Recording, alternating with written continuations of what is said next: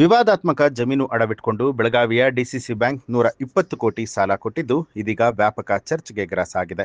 ಬೆಳಗಾವಿ ಹೃದಯ ಭಾಗದ ಶ್ರೀನಗರದಲ್ಲಿರುವಂತಹ ಪೊಲೀಸ್ ಇಲಾಖೆಗೆ ಸೇರಿದ 200 ಕೋಟಿ ಮೌಲ್ಯದ 5.34 ಎಕರೆ ಜಾಗವನ್ನ ಕಬಳಿಸಿ ಬಾರ್ ಅಂಡ್ ರೆಸ್ಟೋರೆಂಟ್ ನಿರ್ಮಾಣ ಮಾಡಲಾಗಿದೆ.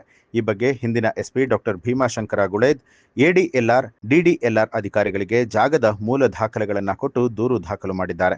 ಆದರೆ 2024ರಲ್ಲಿ ನಗರದ ಮುಜಾವರ್ ಕುಟುಂಬದಿಂದ ಜಾರಕಿಹೊಳಿ ಕುಟುಂಬದ ಆಪ್ತ ಗುತ್ತಿಗೆದಾರ ಜಯಶೀಲ ಶೆಟ್ಟಿ ಎಂಬುವರು ಅಂದಾಜು 5 ಕೋಟಿ ಕೊಟ್ಟು 5.34 ಎಕರೆ ಜಮೀನನ್ನ ಖರೀದಿ ಮಾಡಿದ್ರು.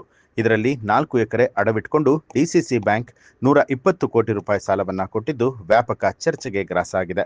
ಸರ್ಕಾರಿ ಜಾಗ ಕಬಳಿಕೆ ಹಿನ್ನೆಲೆಯಲ್ಲಿ ಮೂಡಲಗಿ ಮೂಲದ ಆರ್ಟಿಐ ಕಾರ್ಯಕರ್ತ ಭೀಮಪ್ಪ ಗಡಾದ್ ಲೋಕಾಯುಕ್ತಕ್ಕೆ ದೂರನ್ನ ಸಲ್ಲಿಸಿದ್ದು ಈ ಕುರಿತು ತನಿಖೆ ನಡೆಸುವಂತೆ ಆಗ್ರಹಿಸಿದ್ದಾರೆ. ಇವಾಗ ಏನಾಗಿದೆ ಅಂದ್ರೆ ಈ ಬೆಳಗಾವಿ ಜಿಲ್ಲೆಯಲ್ಲಿ ಅನೇಕ ಭೂ ಹಗರಣಗಳು ನಡೀತಾ ಇರ್ತವೆ. ಈಗಾಗಲೇ ಈ ಹುಳಂದ ಗ್ರಾಮದ 508 ಎಕರೆ ಸರ್ಕಾರಿ ಜಮೀನನ್ನು ಕಬಳಿಸಿದ್ರು. ಅದಲ್ಲದೆ ರಾಯಬಾಗ್ ತಾಲೂಕು ದೇವನಕಟ್ಟಿ ಗ್ರಾಮದಲ್ಲಿ 264 ಎಕರೆ ಜಮೀನನ್ನು ಕಬಳಿಸಿದ್ರು. ಅವನ್ನೆಲ್ಲ ಹೋರಾಟಗಳ ಮುಖಾಂತರ ಕರ್ನಾಟಕ ಸರ್ಕಾರ ಅಂತ ಮರು ದಾಖಲಾಗಿದೆ. ನಮಗೆಲ್ಲ ಗೊತ್ತಿದ್ದ ವಿಷಯ. ಇದರಲ್ಲೇ ಈ ಬೆಳಗಾವಿಯಲ್ಲಿ ಹಿಂದೆಂದೂ ಕಾಣದಂತ ಒಂದು ಅತ್ಯಂತ ಭಯಂಕರ ಭೂ ಹಗರಣ ನಡೆದಿದೆ.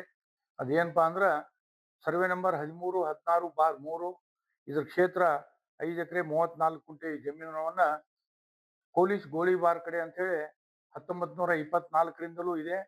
1975ರವರೆಗೂ ಪೊಲೀಸ್ ಗೋಳಿಬಾರ್ ಇದೆ. ಅಲ್ಲಿ ಏನ್ ಮಾಡ್ತಾರಪ್ಪ ಅಂದ್ರ 75ರಲ್ಲಿ ಅದಕ್ಕೆ ಖಾಸಗಿ ವ್ಯಕ್ತಿಗಳ ಹೆಸರು ಮುಜಾವರ್ ಅಂತ ಹೇಳಿ ಖಾಸಗಿ ವ್ಯಕ್ತಿಗಳ ಹೆಸರು ದಾಖಲಾಗ್ತವೆ. ಮುಂದೆ ಹೋಗಿ ಅದು 16 ಹಿಸ್ಸಾಗಳನ್ನು ಮಾಡಿ ಅದನ್ನ ಯಾರ್ಯಾರು ಖರೀದಿ ತಗೊಂಡಿದ್ದಾರೆ.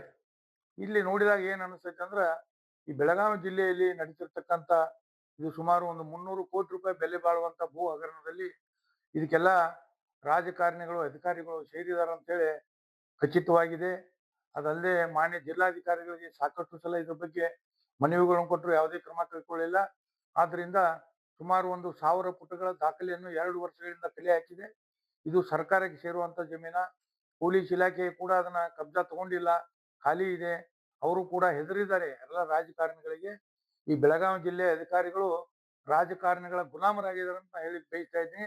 ಆದ್ರಿಂದ ಇವತ್ತಿನ ದಿವಸ ಇಂಥ ಅಧಿಕಾರಿಗಳ ಮೇಲೆ ಇವತ್ತು ಮಾನ್ಯ ಜಿಲ್ಲಾಧಿಕಾರಿಗಳಾಗಿರ್ಬೋದು, ಭೂಮಾಪನ ಇಲಾಖೆ ಉಪನಿರ್ದೇಶಕರು, ಅದಲ್ಲದೆ ಪಾಲಿಕೆಯ ಆಯುಕ್ತರು, ಅದಲ್ಲದೆ ಮಾನ್ಯ ಜಿಲ್ಲಾ ಪೊಲೀಸ್ ವರಿಷ್ಠಾಧಿಕಾರಿಗಳು ಇವರೆಲ್ಲರ ಮೇಲೆ ಕಾನೂನು ರೀತಿ ಕ್ರಮ ತೆಗೆದುಕೊಂಡ ಈ ಸರ್ಕಾರಕ್ಕೆ ಸೇರಿದ ಬೆಲೆ ಬಾಳ ಆಸ್ತಿಯನ್ನ ಮತ್ತೆ ಸರ್ಕಾರಕ್ಕೆ ಉಳಿಸ್ಬೇಕಂತ ಹೇಳಿ ನಿನ್ನಿನ ದಿವಸ ನಾನು ಮಾನ್ಯ ಗೌರವಾನ್ವಿತ ಲೋಕಾಯುಕ್ತರಿಗೆ ಎಲ್ಲ ದಾಖಲೆಗಳ ಸಮೇತವಾಗಿ ದೂರು ಕೊಟ್ಟಿದ್ದೀನಿ. ನನಗೆ ವಿಶ್ವಾಸ ಇದೆ ಲೋಕಾಯುಕ್ತರಿಂದ ನನಗೆ ನ್ಯಾಯ ಸಿಗ್ತದೆ ಅಂತ ಹೇಳ್ತಾರೆ. ಒಂದೇನಪ್ಪಾ ಅಂದ್ರ ಇದು ಪೊಲೀಸ್ ಇಲಾಖೆಯ ಗೋಳಿಬಾರ್ ಕಡೆ ಅಂತ ಹೇಳಿ ದಾಖಲಿದ್ರು ಸಹಿತವಾಗಿ ಇದಕ್ಕೆ ಅನೇಕ ಯಾವುದೋ ಬ್ಯಾಂಕು ಸಾಲ ಕೊಟ್ಟದ ಹೇಳ್ತಾರೋ ಅದು ಎಷ್ಟು ಮಟ್ಟಿಗೆ ಕರೆ ಐತಿ ಸುಳ್ಳು ಐತಿ ಗೊತ್ತಿಲ್ಲ.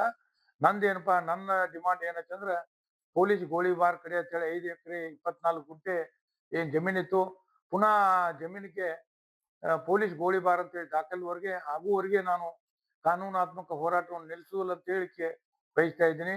ಭೀಮಪ್ಪ ಗಡಾದ್, ಮಾಹಿತಿ ಹಕ್ಕು ಕಾರ್ಯಕರ್ತ, ಮೂಡಲಗಿ. ನ್ಯೂಸ್ ಅಲರ್ಟ್ ನಿಮ್ಮಿಂದ ನಿಮಗಾಗಿ.